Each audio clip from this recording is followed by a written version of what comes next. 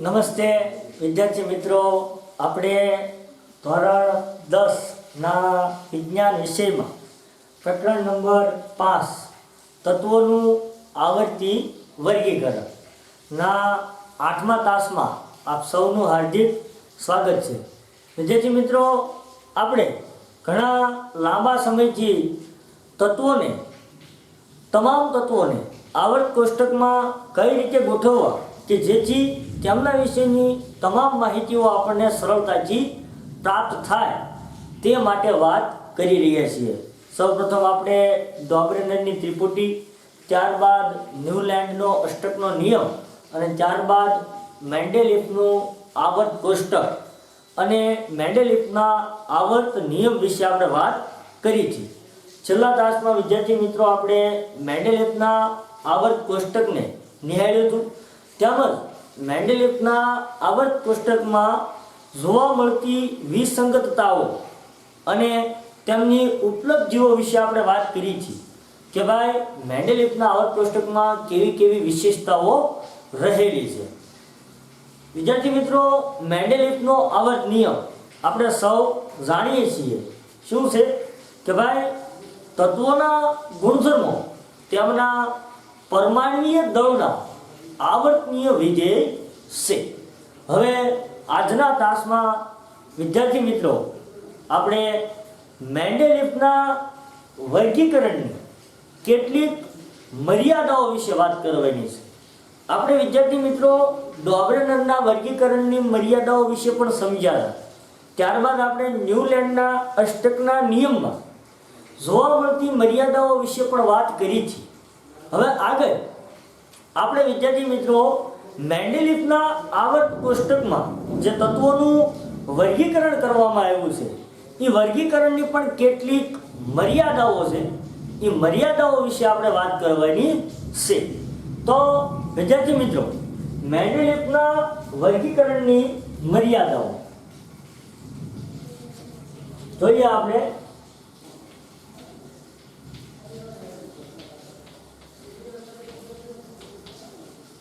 મેન્ડેલિફના વર્ગીકરણની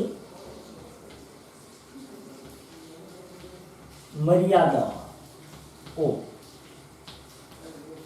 મુખ્યત્વે વિદ્યાર્થી મિત્રો તમને જણાવી દઉં કે મેન્ડેલિફના વર્ગીકરણની 3 મર્યાદાઓ છે. પ્રથમ છે આવર્ત કોષ્ટકમાં હાઇડ્રોજનનું સ્થાન, બીજી છે આવર્ત કોષ્ટકમાં સમસ્થાનિકોનું સ્થાન અને ત્રીજી છે તત્વોના પરમાણ્વીય દળની અનિયમિતતા. આ ત્રણેય મર્યાદાઓ વિશે આપણે વિસ્તારથી ભણીશું વિદ્યાર્થી મિત્રો, અને ખાસ ઉપયોગી આપણા પાઠ્યપુસ્તકમાં તેમજ પ્રશ્નપત્રોમાં ખૂબ જ ઉપયોગી એવો પ્રશ્ન છે કે ભાઈ મેન્ડેલિફના વર્ગીકરણની મર્યાદાઓ જણાવો. તો આપણે આ રીતે સમજાવવાની છે. પહેલી મર્યાદા છે હાઇડ્રોજનનું મેન્ડેલિફના આવર્ત કોષ્ટકમાં સ્થાન. વિદ્યાર્થી મિત્રો આપણે વિસ્તારથી ભણવાની છે. તો પહેલી મર્યાદા છે હાઇડ્રોજનનું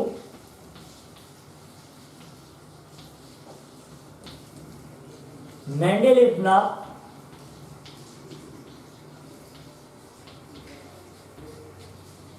આવર્ત કોષ્ટકમાં સ્થાન. તો સૌપ્રથમ વિદ્યાર્થી મિત્રો આપણે જોઈએ કે મેન્ડેલિફના આવર્ત કોષ્ટકનો આપણે અભ્યાસ કર્યો છે. મેન્ડેલિફના આવર્ત કોષ્ટકમાં પહેલું જ તત્વ છે હાઇડ્રોજન. હાઇડ્રોજનથી શરૂઆત થાય છે. તો વિદ્યાર્થી મિત્રો હાઇડ્રોજન જે છે એ પહેલું તત્વ છે અને હાઇડ્રોજનને આપણે જોઈએ છીએ કે આવર્ત કોષ્ટકમાં ક્યાં મૂકવામાં આવેલું છે. તો કે પહેલા આવર્ત અને પહેલા સમૂહમાં હાઇડ્રોજન તત્વને મૂકવામાં આવ્યું છે. પરંતુ વિદ્યાર્થી મિત્રો હકીકતે હાઇડ્રોજનનું આવર્ત કોષ્ટકમાં સ્થાન થોડું સરસાસ્પદ રહ્યું છે. શા માટે? તો કે એની અમુક એવી વિશેષતાઓ છે કે જેના લીધે હાઇડ્રોજનનું આવર્ત કોષ્ટકમાં સ્થાન થોડું સરસાસ્પદ રહ્યું છે. એટલા માટે મેન્ડેલિફની વર્ગીકરણની મર્યાદાઓમાં પ્રથમ મર્યાદા છે હાઇડ્રોજનનું આવર્ત કોષ્ટકમાં સ્થાન. હવે કઈ રીતે વિદ્યાર્થી મિત્રો, પ્રશ્ન એ થાય કે કઈ રીતે હાઇડ્રોજન શર્ષાસ્પદ રહ્યો અને આવર્ત કોષ્ટકમાં કઈ રીતે એને યોગ્ય સ્થાન મળ્યું કે ન મળ્યું. તો વિદ્યાર્થી મિત્રો, હાઇડ્રોજનની ઇલેક્ટ્રોન રચના, હાઇડ્રોજનની જે ઇલેક્ટ્રોન રચના છે તે આલ્કલી ધાતુ તત્વોની જેમ જ આલ્કલી ધાતુ તત્વોને મળતી આવતી ઇલેક્ટ્રોન રચના છે. તો પ્રથમ પ્રશ્ન તમને એમ થાય કે આલ્કલી ધાતુ તત્વો કયા, તો કે સોડિયમ, લિથિયમ, પોટેશિયમ. એમ પહેલા સમૂહમાં જે તત્વો આવેલા છે એ તમામ તત્વો, એમાંના આ તત્વો આલ્કલી ધાતુ તત્વો છે. જેમ કે હું તમને કહું, હાઇડ્રોજન પછી નીચેના એક પહેલા સમૂહમાં હાઇડ્રોજન પછી નીચે આવતું તત્વ છે લિથિયમ, લિથિયમ પછી નીચે આવતું તત્વ છે સોડિયમ, સોડિયમ પછી નીચે આવતું તત્વ છે પોટેશિયમ. તો તે આલ્કલી ધાતુ તત્વો છે વિદ્યાર્થી મિત્રો. યાદ રાખજો વિદ્યાર્થી મિત્રો, શું છે તે? આલ્કલી ધાતુ તત્વો છે. તો વિદ્યાર્થી મિત્રો, પહેલું કે ભાઈ હાઇડ્રોજનનું મેન્ડેલિફના આવર્ત કોષ્ટકમાં સ્થાન શર્ષાસ્પદ કેમ રહ્યું છે, અથવા તો હાઇડ્રોજનને આવર્ત કોષ્ટકમાં કઈ જગ્યાએ મૂકવામાં આવે તે માટે હાઇડ્રોજનની કેટલીક વિશેષતાઓ છે. એમાં પહેલી વિશેષતા શું છે? તો કે હાઇડ્રોજનની ઇલેક્ટ્રોન રચના આલ્કલી ધાતુ તત્વોની સાથે મળતી આવે છે. વિદ્યાર્થી મિત્રો, હાઇડ્રોજનની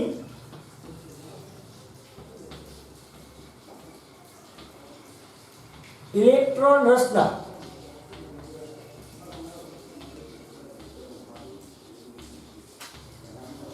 આલ્કલી ધાતુ તત્વોની સાથે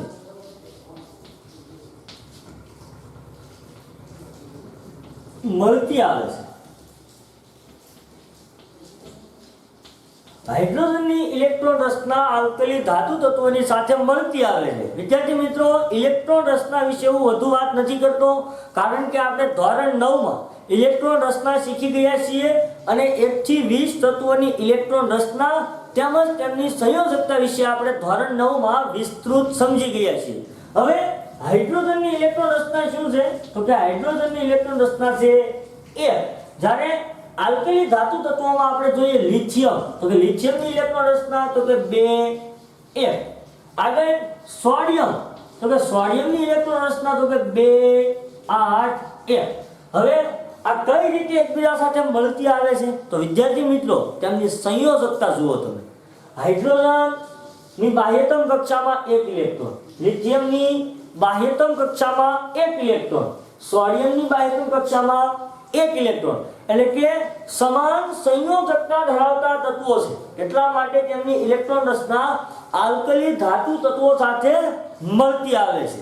એટલે કે વિદ્યાર્થી મિત્રો, આ તત્વો જે છે એ હાઇડ્રોજન સાથે કંઈક સમાનતા ધરાવે છે. પહેલો મુદ્દો સાંભળજો કે ભાઈ હાઇડ્રોજનની ઇલેક્ટ્રોન રચના આલ્કલી ધાતુ તત્વો સાથે મળતી આવે છે. બીજો મુદ્દો તો કે હાઇડ્રોજન પણ આલ્કલી ધાતુ તત્વોની જેમ જ હેલોજન, સલ્ફર અને ઓક્સિજન સાથે સમાન આણ્વીય સૂત્રો ધરાવતા સંયોજનો બનાવે છે. એટલે કે વિદ્યાર્થી મિત્રો, હાઇડ્રોજન આલ્કલી ધાતુ તત્વોની જેમ વર્તે છે. હાઇડ્રોજનના ગુણધર્મો આલ્કલી ધાતુ તત્વો સાથે મળતા આવે છે. જોજો વિદ્યાર્થી મિત્રો, શું કહ્યું મેં કે ભાઈ હાઇડ્રોજન આલ્કલી ધાતુ તત્વોની જેમ જ હેલોજન, સલ્ફર અને ઓક્સિજન સાથે સમાન આણ્વીય સૂત્રો ધરાવતા સંયોજનો બનાવે છે. વિદ્યાર્થી મિત્રો, કે ભાઈ હાઇડ્રોજન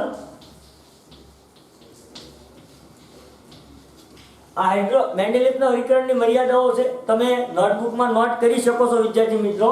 કે ભાઈ હાઇડ્રોજન આલ્કલી ધાતુઓની જેમ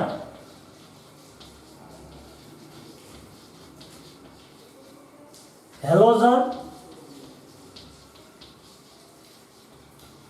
ઓક્સિજન અને સલ્ફર સાથે એક સરખા સમાન આણ્વીય સૂત્ર ધરાવતા સંયોજનો બનાવે છે। વિદ્યાર્થી મિત્રો, કઈ રીતે હું તમને અહીં કોષ્ટક સાથે સમજાવું કે ભાઈ હાઇડ્રોજન આલ્કલી ધાતુઓની જેમ જ હેલોજન, ઓક્સિજન અને સલ્ફર સાથે સમાન આણ્વીય સૂત્ર ધરાવતા સંયોજનો બનાવે છે।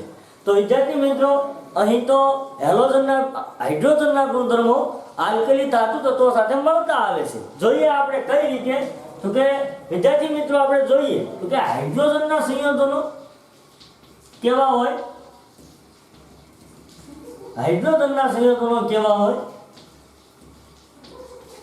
અને સાથે આપણે જોઈએ વિદ્યાર્થી મિત્રો કે આલ્કલી ધાતુ તત્વોમાં સોડિયમ, લિથિયમ, પોટેશિયમ જેવા કોઈ પણ તત્વના સંયોજનો કેવા હોય। આપણે અહીં સોડિયમનું ઉદાહરણ લઈએ કે ભાઈ સોડિયમના સંયોજનો કેવા છે, કઈ રીતે સમાન આણ્વીય સૂત્ર ધરાવતા સંયોજનો બનાવે છે। તો જો હાઇડ્રોજનના હેલોજન સાથે બનતા સંયોજન, વિદ્યાર્થી મિત્રો, હેલોજન ક્લોરીન, બ્રોમિન, આયોડીન આ તત્વો હેલોજન તત્વો તરીકે ઓળખાય છે, જેમાં આલ્કલી તત્વો તરીકે ઓળખાય છે લિથિયમ, સોડિયમ, પોટેશિયમ। એવી જ રીતે હેલોજન તત્વોમાં કોણ આવે, ફ્લોરિન, ક્લોરીન, બ્રોમિન, આયોડીન, જે 7મા સમૂહમાં મેન્ડેલિફના આવર્ત કોષ્ટકના 7મા સમૂહમાં રહેલા તત્વો એ હેલોજન તત્વો છે। હવે આપણે અહીં ક્લોરીનનું ઉદાહરણ લઈએ તો કે ભાઈ હાઇડ્રોજન ક્લોરીન સાથે કેવું સંયોજન બનાવે, તો કે હાઇડ્રોજન ક્લોરીન સાથે જોડાઈને HCl એક એસિડ બનાવે છે। બીજું ઓક્સિજન સાથે, તો આપણે સૌ જાણીએ છીએ કે હાઇડ્રોજન ઓક્સિજન સાથે સંયોજાય H2O પાણીનું સંયોજન બનાવે છે। ત્રીજું સલ્ફર સાથે, તો કે હાઇડ્રોજન સલ્ફર સાથે જોડાઈને હાઇડ્રોજન સલ્ફાઇડ નામનું સંયોજન બનાવે છે। તો સેમ ટુ સેમ આવા સંયોજનો કોના બને છે, સોડિયમના। સોડિયમ એટલે કે આલ્કલી ધાતુ તત્વોના આવા સંયોજન બને છે। બસ ફરક એટલો છે, હાઇડ્રોજનની જગ્યાએ અહીં આલ્કલી ધાતુ તત્વો આવશે। અહીં હાઇડ્રોજનની બદલે હું મૂકું સોડિયમ, ક્લોરીન એમ ના સોડિયમ ક્લોરાઇડ। અહીં હાઇડ્રોજનની જગ્યાએ હું મૂકું સોડિયમ 2 ના 2 અને ઓક્સિજન, અહીં હાઇડ્રોજનની જગ્યાએ હું મૂકું સોડિયમ 2 ના 2 અને સલ્ફાઇડ સંયોજન। જુઓ તમે કે ભાઈ હાઇડ્રોજનના સંયોજનો સોડિયમના સંયોજનો સાથે કાંઈક મેળ ખાય છે કે ભાઈ જે રીતે હાઇડ્રોજન હેલોજન સાથે સંયોજન બનાવે છે તેવા સંયોજન સોડિયમ પણ બનાવે। જે રીતે ઓક્સિજન અને સલ્ફર સાથે સંયોજન બને છે તેવા સંયોજન સોડિયમ પણ બનાવે છે। એટલે કે હાઇડ્રોક્લોરિક એસિડ, હાઇડ્રોજન પાણી અને હાઇડ્રોજન સલ્ફાઇડ। અહીં જો સોડિયમ ક્લોરાઇડ, સોડિયમ ઓક્સાઇડ, આ હાઇડ્રોજન ઓક્સાઇડ, આ સોડિયમ સલ્ફાઇડ, આ હાઇડ્રોજન સલ્ફાઇડ છે કે નહીં। તો વિદ્યાર્થી મિત્રો, અહીંથી આપણને ખબર પડે પહેલી તો કે ભાઈ હાઇડ્રોજનની ઇલેક્ટ્રોન રચના આલ્કલી ધાતુ તત્વોની સાથે મળતી આવે છે। બીજા નંબરમાં તો કે હાઇડ્રોજન આલ્કલી ધાતુઓની જેમ જ હેલોજન, ઓક્સિજન અને સલ્ફર સાથે સમાન આણ્વીય સૂત્રો ધરાવતા સંયોજનો પણ બનાવે છે। તો આના પરથી આપણે શું નિર્ણય લઈ શકીએ, તો કે આના પરથી આપણે નિર્ણય લઈ શકીએ કે ભાઈ હાઇડ્રોજનને કોની સાથે રાખવો જોઈએ, તો કે હાઇડ્રોજનને આલ્કલી ધાતુઓની સાથે મૂકવો જોઈએ। હાઇડ્રોજનનું સ્થાન આલ્કલી ધાતુ તત્વોમાં હોવું જોઈએ। કઈ શું કામ, તો કે હાઇડ્રોજનના ગુણધર્મો આલ્કલી ધાતુ તત્વોના ગુણધર્મો સાથે સમાનતા ધરાવતા જોવા મળે છે। આપણે મેન્ડેલિફના આવર્ત કોષ્ટકમાં શું કરેલું છે, તો કે સમાન ગુણધર્મો ધરાવતા તત્વોને એક સાથે સમૂહમાં ગોઠવ્યા હતા। સમાન ગુણધર્મો ધરાવતા તત્વોને એક સાથે ગોઠવ્યા હતા। તો જુઓ તમે, હાઇડ્રોજન અને આલ્કલી ધાતુ તત્વો સમાન ગુણધર્મો ધરાવતા તત્વો છે, તો એને એક સાથે સમૂહમાં ગોઠવવા જોઈએ। તો વિદ્યાર્થી મિત્રો, એક જોતા એવું લાગે કે હાઇડ્રોજનને આવર્ત કોષ્ટકમાં સ્થાન ક્યાં મળવું જોઈએ, તો કે તેમને સ્થાન મળવું જોઈએ આલ્કલી ધાતુ તત્વોની સાથે. જે છે તમે જોઈ શકો છો કે ભાઈ પહેલો આવર્ત અને પહેલા સમૂહમાં હાઇડ્રોજન, પછી એના એ સમૂહમાં તમે નીચે જાઓ તો લિથિયમ, સોડિયમ, પોટેશિયમ જેવા તત્વો જે આલ્કલી ધાતુ તત્વો આવે છે. તો મેન્ડેલિફે પોતાના આવર્ત કોષ્ટકમાં હાઇડ્રોજનને પહેલા આવર્ત અને પહેલા સમૂહમાં મૂક્યું છે. પણ વિદ્યાર્થી મિત્રો, બીજી વાત હું તમને કરું તો કે હાઇડ્રોજન જે રીતે આલ્કલી ધાતુઓ સાથે ગુણધર્મોમાં સમાનતા ધરાવે છે, તેવી જ રીતે તે હેલોજન સાથેના ગુણધર્મોમાં પણ સમાનતા દેખાડે છે. પ્રશ્ન ન્યા થાય વિદ્યાર્થી મિત્રો. હાલો આપણે એટલું ભણી ગયા કે ભાઈ આલ્કલી ધાતુ સાથે સમાન ગુણધર્મો ધરાવતો હોવાના લીધે આલ્કલી ધાતુ તત્વોના સમૂહમાં હાઇડ્રોજનને મૂકો. પણ જો તમે આગળ અભ્યાસ કરો તો હાઇડ્રોજનના ગુણધર્મો હેલોજન સાથે મેળ ખાય. તો શું હેલોજન સાથે મૂકવું એને કે હાઇડ્રોજન આલ્કલી ધાતુ તત્વો સાથે મૂકવો, એ પ્રશ્ન ચર્ચાસ્પદ રહ્યો. તો વિદ્યાર્થી મિત્રો, આ હાઇડ્રોજનની આલ્કલી ધાતુ તત્વો સાથે જોવા મળતી સમાનતા વિશે આપણે વાત કરીએ. હવે આગળ આપણે વાત કરીએ હાઇડ્રોજનની હેલોજન સાથે સમાનતા જોવા મળે છે. કેવી સમાનતા જોવા મળે છે? તો એક જોતા આપણે એવું નક્કી કરી શક્યા વિદ્યાર્થી મિત્રો કે હાઇડ્રોજન ના ગુણધર્મો આલ્કલી ધાતુ તત્વો સાથે મળતા આવે છે, જેથી હાઇડ્રોજનને આલ્કલી ધાતુ તત્વોના સમૂહમાં મૂકવો જોઈએ. પણ વિદ્યાર્થી મિત્રો, આગળ હું તમને વાત કરું તો હાઇડ્રોજન હેલોજન તત્વોની જેમ જ દ્વિપરમાણુય અણુ સ્વરૂપે અસ્તિત્વ ધરાવે છે. તો એના ગુણધર્મો તો હેલોજનને મળતા આવ્યા. કઈ રીતે? તો વિદ્યાર્થી મિત્રો, હાઇડ્રોજન હેલોજન તત્વની માફક દ્વિપરમાણુય અણુ સ્વરૂપે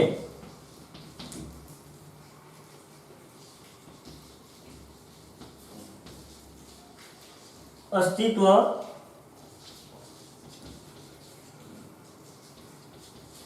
ધરાવે છે. કઈ રીતે? તો કે હાઇડ્રોજન કેવો? તો કે દ્વિપરમાણુય અણુ છે. વિદ્યાર્થી મિત્રો, આપણે ધોરણ 9 માં ભણી ગયા એક પરમાણુય, દ્વિપરમાણુય, ચતુર્થ પરમાણુય, બહુપરમાણુય, એના વિશે આપણે ધોરણ 9 માં અભ્યાસ કરી ગયા છીએ. તો વિદ્યાર્થી મિત્રો, હાઇડ્રોજન H2 સ્વરૂપે હોય, દ્વિપરમાણુય અણુ સ્વરૂપે અસ્તિત્વ ધરાવતો હોય. હવે હેલોજન જોવો તમે, ફ્લોરિન, ક્લોરિન, બ્રોમિન, આયોડિન, આ બધા તત્વો પણ દ્વિપરમાણુય અણુ સ્વરૂપે અસ્તિત્વ ધરાવે. જો Cl2 હોય, બ્રોમિન 2 હોય, F2 હોય એટલે કે ફ્લોરિન 2 હોય, આયોડિન 2 હોય, છે કે નહીં?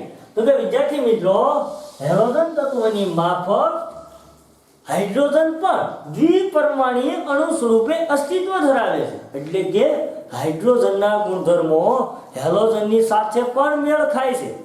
એટલું જ નહીં વિદ્યાર્થી મિત્રો, આગળ હું વાત કરું તો હાઇડ્રોજન હેલોજન તત્વની માફક ધાતુઓ અને અધાતુઓ સાથે અનુક્રમે આયોનિક અને સહસંયોજક બંધ પણ બનાવે છે.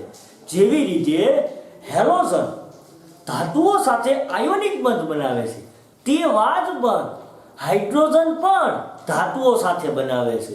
બીજી વાત, જેવી રીતે હેલોજન અધાતુઓ સાથે સહસંયોજક બંધ બનાવે છે, તેવા જ બંધ હાઇડ્રોજન પણ બનાવે છે. તો બીજું વિદ્યાર્થી મિત્રો કે ભાઈ હાઇડ્રોજન હેલોજન તત્વની માફક અથવા તો હેલોજન તત્વની જેમ ધાતુઓ અને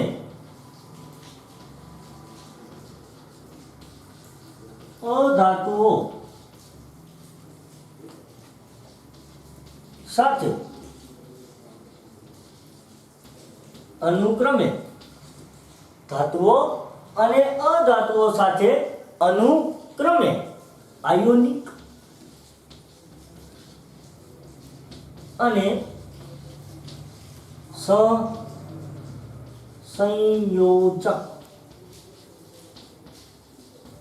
બંધ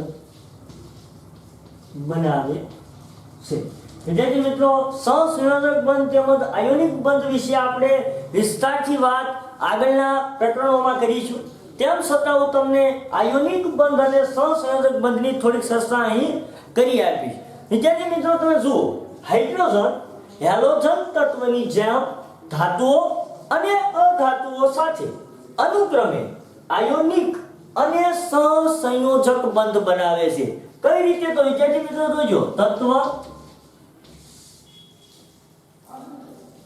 ધાતુ સાથે બનતા આયોનિક બંધ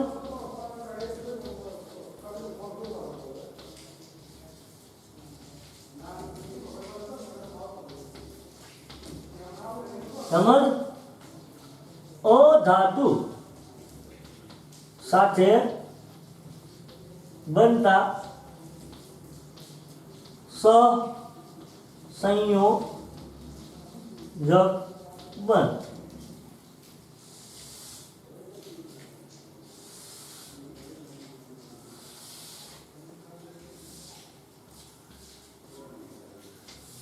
તો જો વિદ્યાર્થી મિત્રો કે ભાઈ ધાતુ અને અધાતુઓ સાથે બનતા આયોનિક અને સહસંયોજક બંધ। તો તમે જુઓ, હાઇડ્રોજન તત્વ અને હેલોજનમાં તમે કોઈ પણ લઈ શકો, ક્લોરીન લઈ શકો, ફ્લોરીન લઈ શકો, આયોડીન લઈ શકો, બ્રોમિન લઈ શકો। આપણે અહીં ક્લોરીન લઈએ છીએ। તો વિદ્યાર્થી મિત્રો જોજો, ધાતુ કોઈ પણ ધાતુ લઈ શકો તમે, સોડિયમ, કેલ્શિયમ, મેગ્નેશિયમ, આ બધી ધાતુઓ છે। તો જો તમે હું સોડિયમ લઉં તો કે સોડિયમ હાઇડ્રેટ તત્વ બને, સંયોજન બને, સોડિયમ હાઇડ્રેટ। આ ધાતુ છે સોડિયમ, એની હાઇડ્રોજન સાથે સંયોજાઈને સોડિયમ હાઇડ્રેટ નામનું સંયોજન બનાવે છે। અહીં કયો બંધ છે?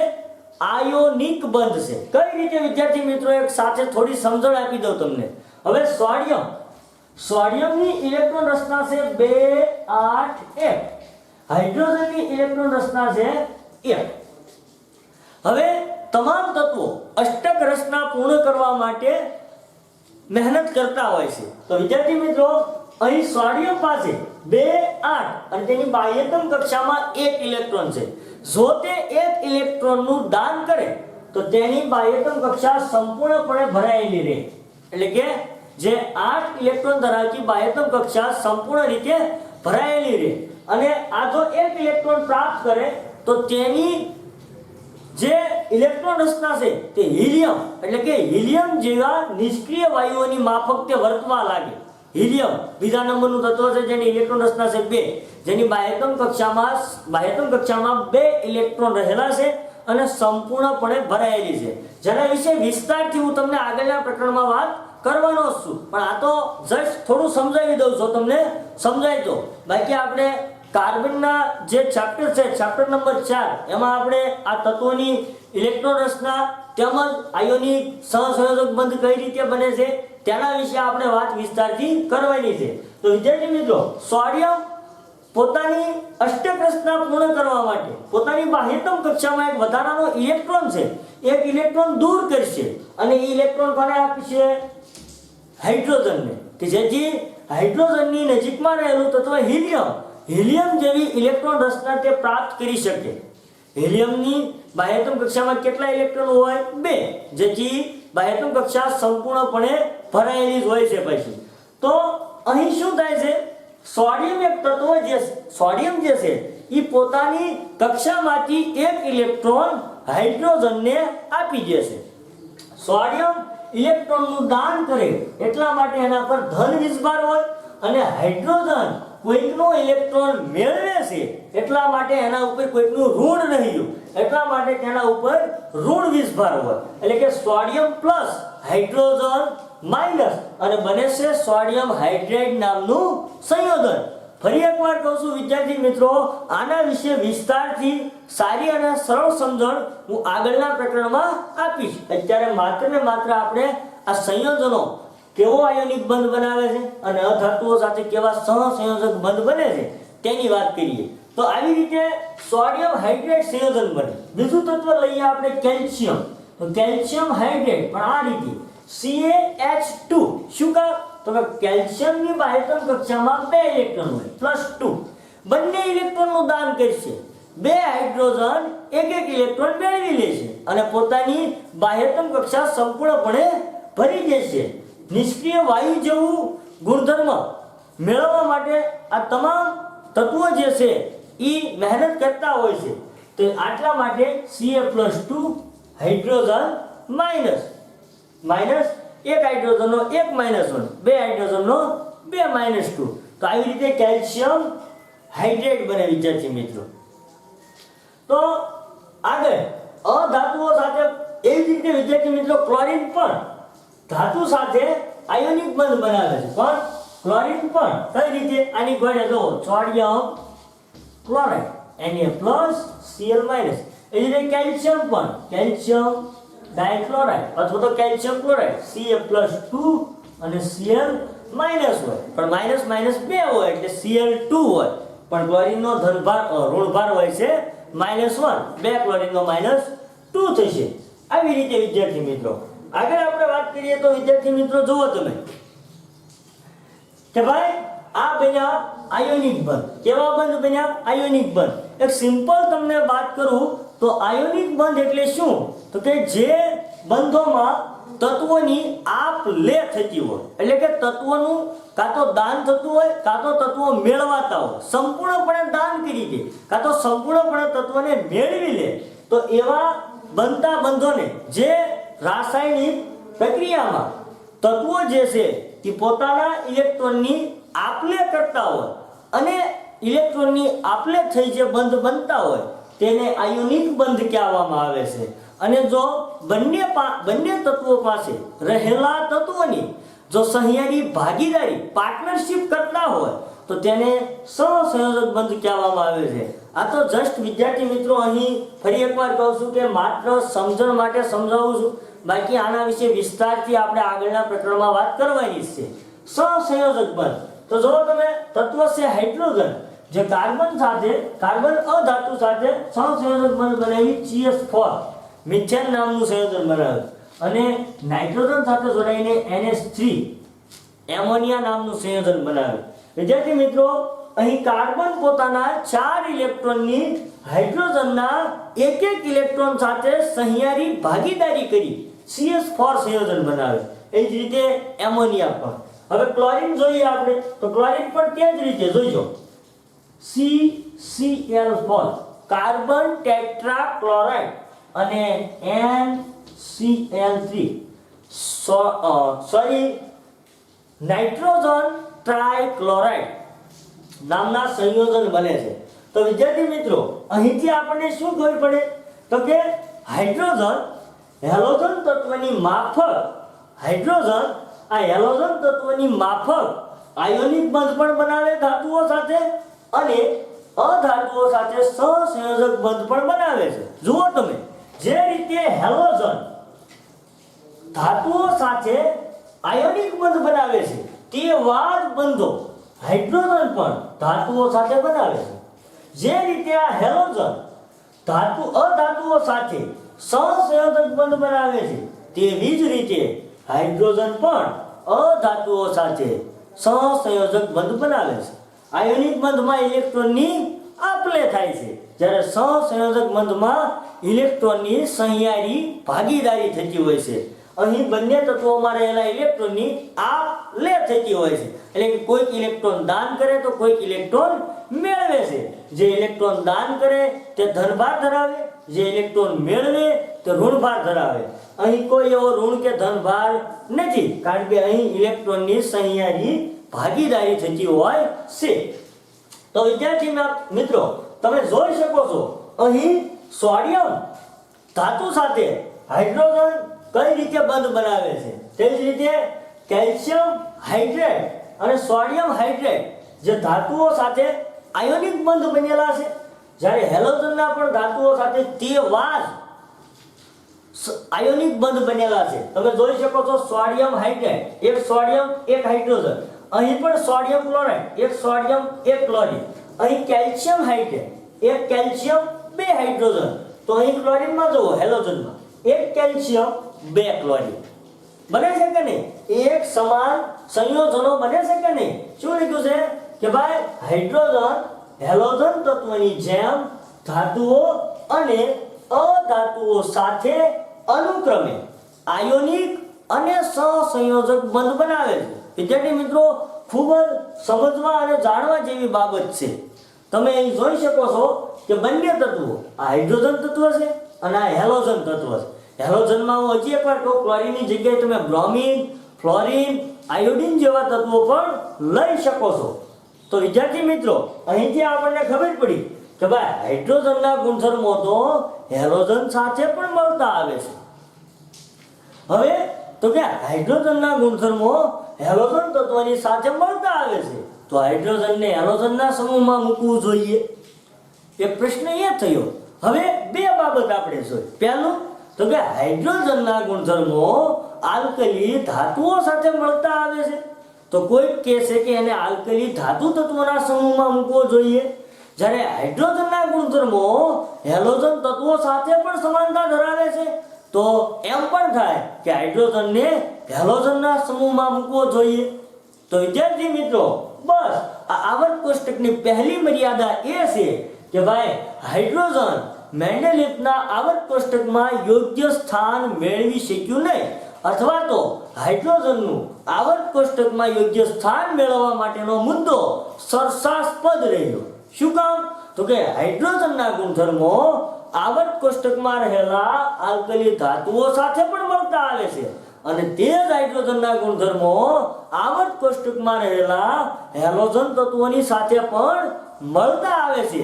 જેથી પહેલી મર્યાદા એ છે કે મેન્ડેલિફના આવર્ત કોષ્ટકમાં હાઇડ્રોજનનું સ્થાન સરસાસ્પદ રહ્યું, કે ભાઈ હાઇડ્રોજનને યોગ્ય સ્થાન મેળવી શકાયું નથી. કારણ કે આપણે જોયું કે બંનેના રાસાયણિક ગુણધર્મો સાથે હાઇડ્રોજન સમાનતા ધરાવે છે, આલ્કલી ધાતુ તત્વો સાથે પણ અને હેલોજન સાથે પણ. તો આપણે પ્રશ્ન એ થાય કે કોની સાથે મૂકવો? આલ્કલી ધાતુ તત્વો સાથે મૂકવો કે હેલોજન સાથે મૂકવો? જ્યારે મેન્ડેલિફે હાઇડ્રોજનને ક્યાં સ્થાન આપ્યું? તો કે મેન્ડેલિફે હાઇડ્રોજનને સ્થાન આપ્યું છે પહેલો આવર્ત અને પહેલા સમૂહમાં સ્થાન આપ્યું છે. પહેલો આવર્ત અને પહેલા સમૂહમાં તેમને યોગ્ય સ્થાન આપ્યું છે, પણ એ પ્રશ્ન એ વખતે થોડો સરસાસ્પદ રહ્યો હતો. હવે આગળ વિદ્યાર્થી મિત્રો, આપણે મેન્ડેલિફના આવર્ત કોષ્ટકની બીજી મર્યાદા એટલે કે સમસ્થાનિકોનું સ્થાન, તેના વિશે આપણે આગળ વાત કરવાની છે, જે આપણે આવતા લેક્ચરમાં વાત કરીશું. આજે વિદ્યાર્થી મિત્રો, આપણે હાઇડ્રોજનનું મેન્ડેલિફના વર્ગીકરણની મર્યાદાઓમાં પહેલી મર્યાદા જોઈ. શું મર્યાદા જોઈ? કે ભાઈ હાઇડ્રોજનનું મેન્ડેલિફના આવર્ત કોષ્ટકમાં સ્થાન, તો કે હાઇડ્રોજનનું મેન્ડેલિફના આવર્ત કોષ્ટકમાં સ્થાન સરસાસ્પદ રહ્યું. વિસ્તારથી સમજાવો. તો વિસ્તારથી સમજાવવા જઈએ તો આપણે કહી શકીએ કે ભાઈ હાઇડ્રોજનની ઇલેક્ટ્રોન રચના આલ્કલી ધાતુ તત્વો સાથે મળતી આવે છે. બીજા નંબરમાં તો કે હાઇડ્રોજન આલ્કલી ધાતુ તત્વોની જેમ ઓક્સિજન, સલ્ફર અને હેલોજન સાથે સમાન આણ્વીય સૂત્રો ધરાવતા સંયોજનો બનાવે છે. જેથી હાઇડ્રોજનના ગુણધર્મો આલ્કલી ધાતુ તત્વો સાથે મળતા આવે છે, જેથી હાઇડ્રોજનને આલ્કલી ધાતુ તત્વો સાથે મૂકવું જોઈએ. તો આગળ તો કે હાઇડ્રોજન હેલોજન તત્વોની જેમ દ્વિપરમાણીય અણુ સ્વરૂપે પણ અસ્તિત્વ ધરાવે છે. બીજું, હાઇડ્રોજન હેલોજન તત્વની જેમ ધાતુઓ અને અધાતુઓ સાથે અનુક્રમે આયોનિક અને સહસંયોજક બંધ પણ બનાવે છે. જે ઉદાહરણ સ્વરૂપે આપણે સમજ્યા તો કે એક એવો પણ પ્રશ્ન થાય કે હાઇડ્રોજનને હેલોજન તત્વની જેમ ગુણધર્મ ધરાવતો હોવાના લીધે હાઇડ્રોજનને હેલોજન તત્વ સાથે મૂકવું જોઈએ. આથી આ હાઇડ્રોજનને આવર્ત કોષ્ટકમાં યોગ્ય સ્થાન આપવા માટેનો પ્રશ્ન સરસાસ્પદ રહ્યો, જે મેન્ડેલિફના આવર્ત કોષ્ટકની પહેલી મર્યાદા છે. તો વિદ્યાર્થી મિત્રો, આજે આપણે આ પહેલી મર્યાદા વિશે વાત કરી. આગળ આપણે તેમની અનેક મર્યાદાઓ વિશે વાત કરીશું. અસ્તુ.